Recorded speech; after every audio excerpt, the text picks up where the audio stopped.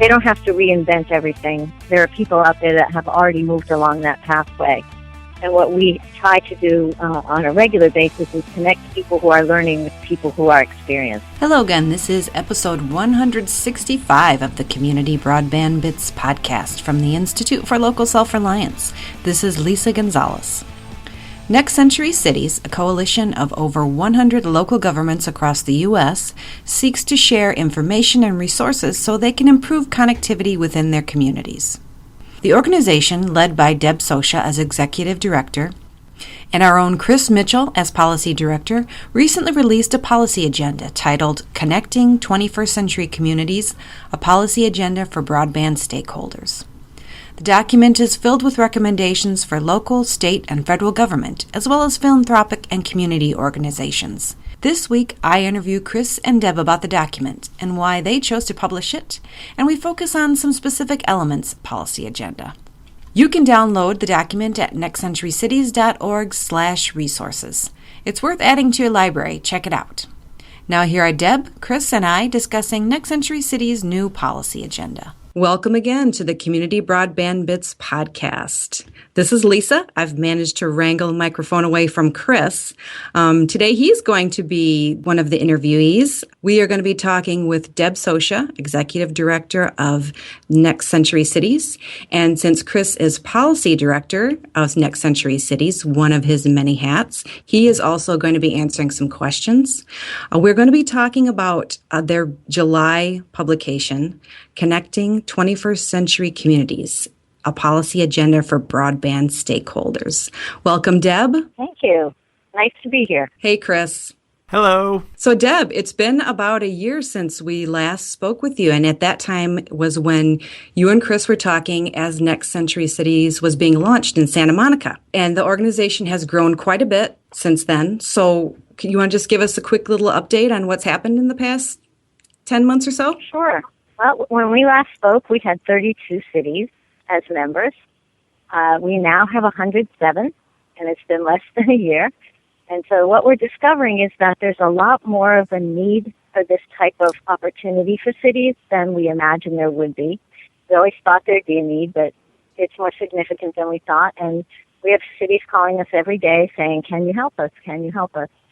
And sometimes it's citizens that call. So we're definitely getting some attention for the work that we're doing, and we're using that opportunity to spread the word. And I would add in that some of the attention we got is from some pretty high levels. I think Deb's a bit modest in terms of not just coming right out and saying that President Obama himself mentioned Next Century Cities when talking about broadband back in January when he talked about broadband in Cedar Falls, Iowa. You did. All this interest, is this the reason for this new policy agenda?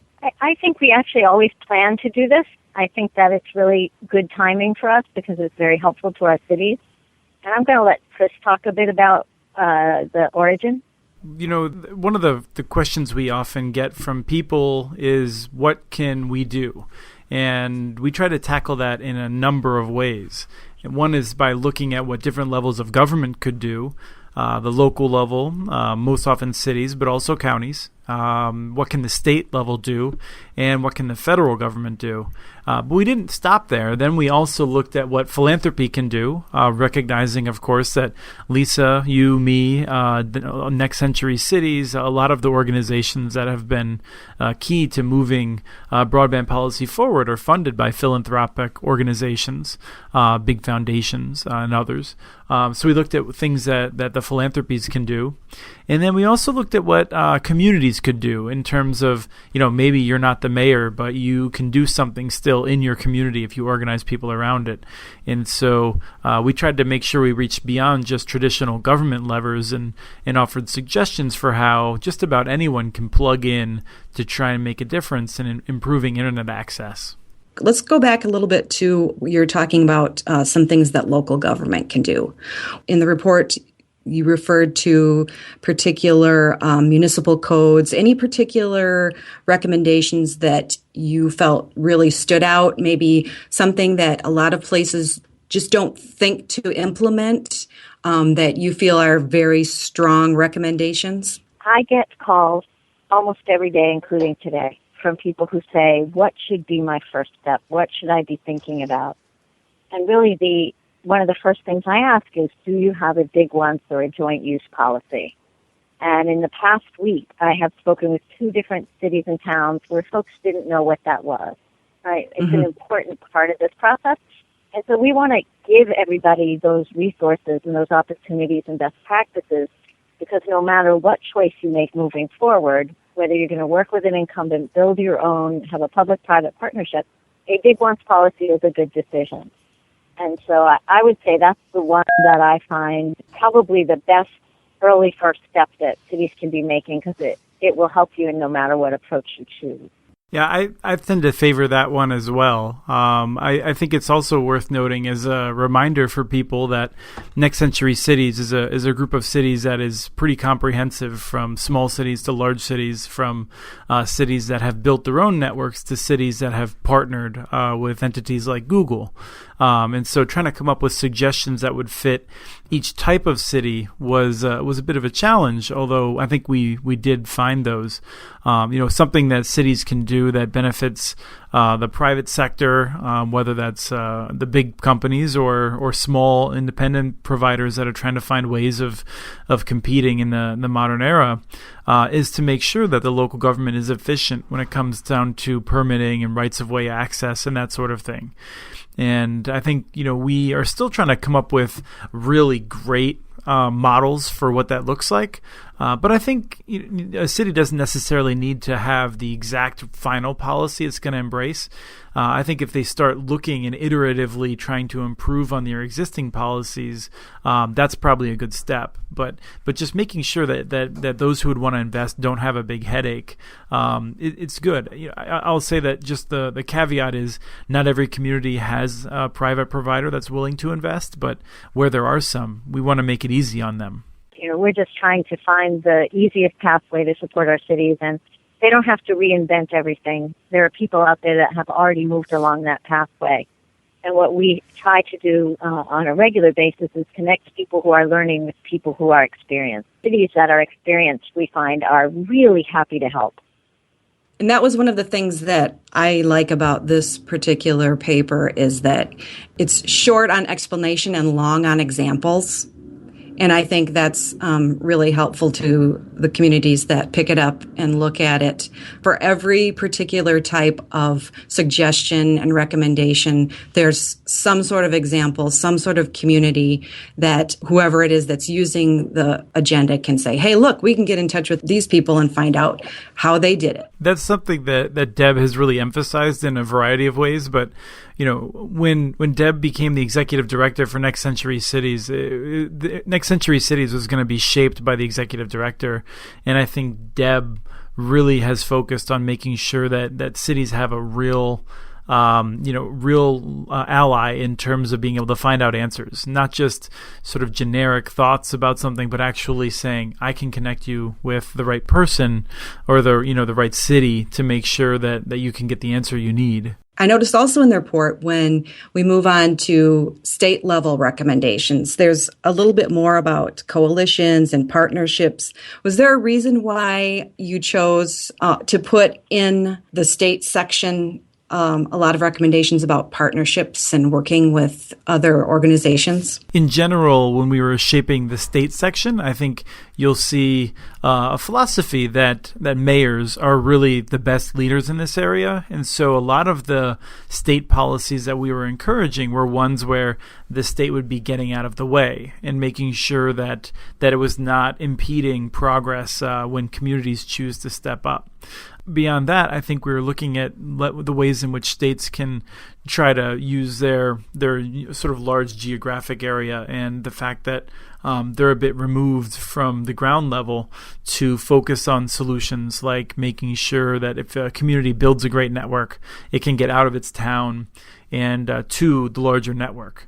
And then when it came to other areas that we've seen states often doing, such as convening task forces, we've tried to offer some constructive criticism. And in terms of, I believe, mapping as well, that may have been more at the federal level in terms of data collection. But for some of these things, we know that these things are already being tried, and we wanted to offer just a little bit of advice for how to improve on an existing policy that may already be there. And we also mentioned the idea of, like, Kentucky building out a middle mile, and the opportunity for investment in helping the cities and the more rural communities get that middle mile access so they can work on figuring out last mile. Right. There's some states like Connecticut that are where the state is actively helping cities to form together in these partnerships, and I think that's really helpful as a convener.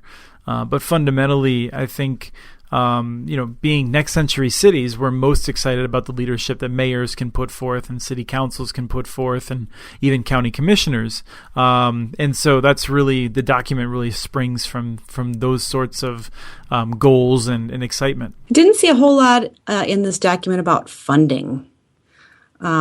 Is that just because it's such a huge topic, it's just too much for this particular agenda, or is it because it's such a individualized community to community issue, or why is there not more in here? I think in some ways, as I was thinking about this and as we discussed it, that at a certain point funding is always going to be helpful, but it's kind of a default ask.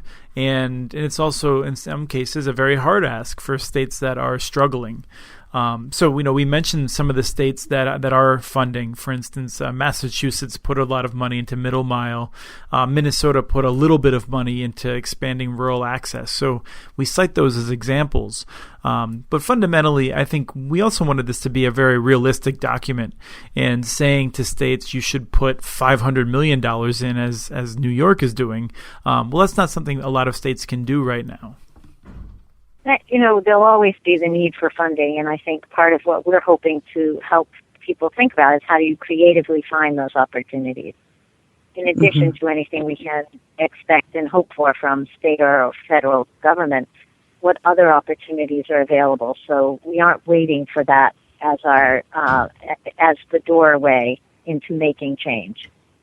Deb, talk to me a little bit also about the section on community and also the section on philanthropy, or choose one and let Chris handle the other. I don't think I've seen too many documents that deal with philanthropy, especially in a policy agenda document. We really felt like we wanted to think across all sectors, right? Who else is available to participate? Who else do we want in this conversation? Who else can help in this effort? And we know that philanthropy plays a big role. Quite honestly, without the support of philanthropy, neither your organization nor Next Century Cities would be able to provide the kind of work that the support we've been able to give to cities. So we felt like that was really important. But they also have a role to play in elevating the conversation, in hopefully helping with some of the research that we feel really needs to be here in order to help us make the case. So I think that there's great value in thinking about philanthropy as having a role here. There's one other piece of philanthropy that I think is important, and I would echo the call of the past Ford Foundation president, which unfortunately did not resonate as strongly as I think many of us would have hoped, and that was that we need to see more engagement from philanthropy on internet access related issues. Philanthropies care a lot about improving educational outcomes. They care about creating jobs and having a high quality of life and all those sorts of things. But even though our work has been supported by a few large philanthropies, there's many others that should be supporting. Well, not just us, but the similar organizations, and also pushing their grantees to have I think a wider view of things, of how making sure everyone has high quality internet access will result in an improvement on all the issues that those foundations care about. So I think that's a point we wanted to make, is not just that philanthropy should do this, but to some extent, some philanthropy, some of the foundations don't yet understand the importance of the internet. in terms of community, Deborah, tell us a little bit about why you chose that section. I guess it's sort of self-explanatory. The community needs to be involved and needs to have a voice, and often they drive this sort of initiative. But explain more about why it's in this particular policy agenda. I would say for every city that reaches out, city or town that reaches out, there's at least a dozen citizens that reach out to us. And that in general they're saying, I have terrible service and I don't know what to do. And so I think they not only need a voice, but they want a voice and they want to get engaged. And so, I spoke with folks at Charlotte Hearts Gigabit. Alan's doing a great job of encouraging the business and citizens in the community of Charlotte to really advocate for this. And they can both provide support and a little nudge to the government to move it forward. And they have actually spoken with a lot of these citizens who've contacted Next Century Cities, including a young man named Richard from Henry County in Georgia, who has this amazing campaign now going for better access in his community. And I think that has great value in addition to having, when a city's thinking of moving forward, having community members tell them what their needs are. I think that's the impetus we should be looking at when we're making decisions about what to do as a city. How do we meet the needs of our citizens and our businesses? And so we need to hear that voice. And I know that our communities want to have that voice. Great. So was Richard in reaction to this particular document, or was that something that came up before, or tell me? It was actually somewhat simultaneous, but we had put Charlotte Hearts Gigabit into our policy documents, and I shared that information with Richard, and he immediately went and spoke before his city councilors and has been on television and created a citizens petition to advocate for better access for his neighborhood. That has a lot of value. Absolutely. So what about reactions to this particular report? Have you had any reactions from any groups or communities? Certainly folks have contacted us and said, we read the report and we really appreciate the concrete steps and what can we do to participate. And so it has had that kind of value. And I think, in a lot of ways it has also caught the attention of some folks at the federal level and resulted in our being asked to testify before a House subcommittee on the issues that we see and the recommendations that we had for state and federal lawmakers. Yeah, and I can add on to that by noting that I've had, in more than one instance, people send it to me and say, this is really great stuff. You should really know what this group is doing, which I take as a compliment. Right. Absolutely. It certainly is. I was going to say, and I agree with you, I think that it's not too dense for folks to use well. It's very concrete, and it's full of examples. And I think there's great value in that as opposed to a longer, very in-depth explanation that sometimes is just overwhelming. Agreed. It's easier to share, especially when you're trying to share it with busy people. Legislators or legislative staff or people at the city council level, people who just are inundated with documents. And, this is something that they can easily flip through and find specific information that they're looking for. I agree totally with that. Now, I think isn't there an event coming up that Next Century Cities is co-hosting with NTIA? Yes, we are going to work with the NTIA on a Digital New England event. It is an event for regional broadband leaders, and we're bringing together folks from all over New England, Rhode Island, Connecticut, Massachusetts, New York, Vermont, New Hampshire, Maine, and we're going to locate it in Portland. It will be on the 28th of September, and there's information on our website. And I will say Portland in September is beautiful, so we hope folks will be interested and want to participate. Right, and that's Portland, Maine, just for people who, may not have the geography down in their heads. Great. So is there anything else that we should talk about regarding this document or Next Century Cities? What's the next report coming out of Next Century Cities? Well, that's top secret. But I think there is something important to note, and that's that communities, people, may want to know how they can join. And, if a mayor or a city council or city manager wants to talk with us, they can reach out. And there's a very easy process. You want to agree with the 6 principles that we've all agreed to. And but membership is open to those cities who have either built networks or they want to have better access, or they're partnering or whatever. It's very open. We do have another event this fall. September 17th, we are partnering with Broadband Communities on an event to discuss financing next generation broadband, which is one of the issues that so many of our cities struggle to resolve. Yes, and that's part of this great series of fall conferences that deal with economic development and municipal broadband, although that's generally construed fairly liberally. So if you come and spend a day doing that, make sure you spend the afternoon of the next day there as well. Plan on staying a little bit longer for the Next Century Cities panels, because there's some really great people coming in, and I think we're going to have a really good time. Great. Well, thank you, Deb. Thank you. We appreciate you coming and talking to us. Chris, thank you. Thanks, Lisa. Send us your ideas for the show. Email us at podcast@muninetworks.org. You can follow us on Twitter. Our handle is @CommunityNets. If you use Facebook, search for Community Broadband Networks. Once again, we want to thank BKFM B-Side for their song Raise Your Hands, licensed through Creative Commons. And thank you for listening.